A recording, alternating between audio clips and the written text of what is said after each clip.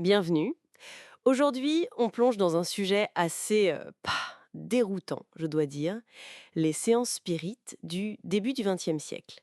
Ces histoires de formes de défunts qui apparaissent, qui parlent. Oui, c'est fascinant.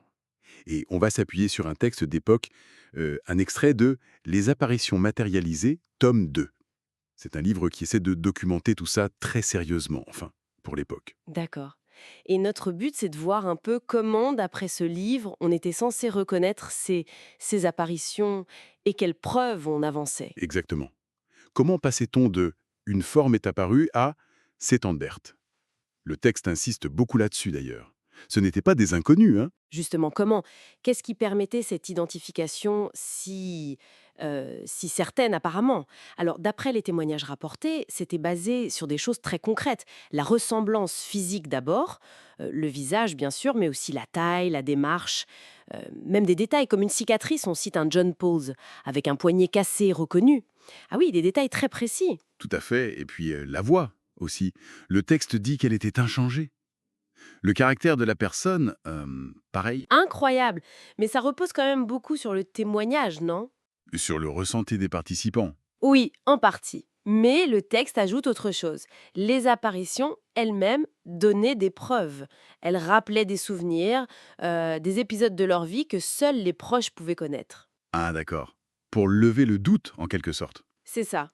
On trouve des noms, Estelle Livermore, le fils de Monsieur Vassallo, la mère de Lombroso.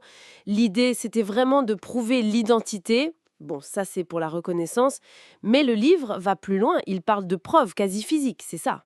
Absolument. Et c'est là que ça devient encore plus étrange. Il parle de moulage. Des moulages? Mhm. Comment ça? Bah, ils obtenaient des emprunts, des moules de mains, parfois de visage, dans de la paraffine chaude ou de l'argile humide. De la paraffine. Mais C'est chaud. Oui, et justement, l'argument, c'était comment un médium pourrait faire ça sans se brûler et obtenir un moule parfait, anatomiquement juste, d'une main qui n'est pas la sienne. On cite les mains d'un certain Willie Nichols, par exemple. C'était vu comme une preuve quasi scientifique. d'accord. Les moulages. Et il y avait autre chose, je crois. L'écriture. Oui, l'écriture directe. Des messages qui apparaissaient sur du papier ou une ardoise sans que personne n'écrive visiblement. Et là encore, l'argument clé, c'était la comparaison de l'écriture. On comparait avec l'écriture du défunt. Exactement. Et si ça correspondait parfaitement, bah c'était une preuve de plus. Il y a le cas d'Estelle Livermore qui aurait écrit en français. Alors que le médium ne parlait pas français. C'est ce que le texte affirme, oui. Un argument de poids évidemment contre l'idée que ce soit le médium qui produise tout ça consciemment. On sent vraiment une quête de la preuve tangible, matérielle. Et les Hmm. photos? On en voit parfois de ces photos spirites. Oui, la photographie spirit est un autre pilier de l'argumentation dans ce texte. On y voit l'apparition, parfois distinctement, parfois plus vaporeuse, parfois même à côté du médium.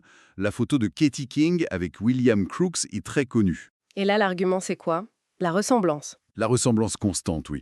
Et le fait qu'un même esprit, comme une certaine Florence Mariette, pouvait soi-disant apparaître via différents médiums, dans différents lieux, mais en gardant la même apparence sur les clichés. Ça visait à prouver l'autonomie de l'apparition par rapport au médium. D'accord. Et ces formes éclairées, elles étaient comment? Plutôt fantomatiques, éthérées ou... Alors, c'est très variable selon les récits, mais ce qui frappe, c'est l'insistance sur leur caractère tangible. Le texte parle de chaleur corporelle, on pouvait les toucher, Ah oui! oui, et même de respiration. Il y a une anecdote incroyable avec une entité nommée Bienboa, où on aurait testé sa respiration avec de l'eau de chaud pour détecter le CO2. Sérieusement? Un test au CO2? C'est rapporté comme tel.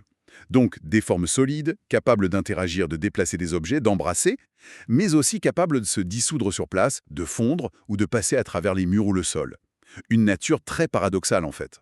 Certaines émettaient même de la lumière. Solide, mais capable de disparaître. C'est... déconcertant. Mais tout ça, ça vient d'où? Quel est le rôle du médium là-dedans, selon le livre? Ah, le médium est absolument central. La théorie présentée, c'est que le médium fournit la substance, l'énergie, la matière première pour la matérialisation. Une sorte de carburant? En quelque sorte, oui. Certains témoins, comme Colomb et Wallis, disent d'avoir vu une sorte de vapeur, un fluide, sortir du corps du médium. Il y a même des expériences de pesée qui sont mentionnées. Des pesées? Oui, On pesait le médium avant et pendant la séance, et on notait une perte de poids significative pendant que l'apparition était matérialisée, comme si une partie de sa substance physique était transférée. Ah oui, quand même. Ça expliquerait une connexion très forte. Exactement, parfois même une connexion sensorielle. Le texte dit que si on touchait ou blessait l'apparition, le médium pouvait le ressentir. Et la ressemblance? L'apparition ressemblait toujours au médium? Bon, pas toujours. C'est ça qui est intéressant. Parfois, oui, il y avait une ressemblance frappante, comme entre Katie King et sa médium Miss Cook. Mais d'autres fois, l'apparition était très différente physiquement. Et il y a ce cas extrême rapporté de Madame d'Espérance. Quoi donc? Eh bien, pendant qu'une forme se matérialisait à côté d'elle, des témoins auraient constaté que la partie inférieure de son propre corps semblait avoir disparu, volatilisé sous sa robe, comme si la matière avait littéralement emprunté. Bon, là, on est vraiment dans l'extraordinaire. Mais tout ça soulève évidemment la question de la fraude, de la supercherie. Le livre en parle. Oui, oui, il aborde la question. L'auteur rapporte que des précautions étaient souvent prises. On enfermait les médiums dans des cages, on les attachait solidement, on les fouillait avant les séances. Pour éviter les trucages. Voilà. Et le texte fait aussi une distinction intéressante. Il reconnaît qu'il y avait des fraudeurs et que les spirites eux-mêmes en démasquaient. Mais il distingue ça des phénomènes jugés authentiques, même s'ils pouvaient être mal interprétés par des sceptiques. Par exemple, ces filaments fluidiques qui émanaient parfois du médium. Mais, Certains critiques disaient que c'était juste des fils de mousseline cachés, mais les défenseurs disaient que non, c'était une manifestation réelle, bien que subtile, de cette fameuse substance ectoplasmique. on voit bien l'effort de documentation, de contrôle, presque de légitimation scientifique, même si les phénomènes décrits sont complètement fous. Tout à fait.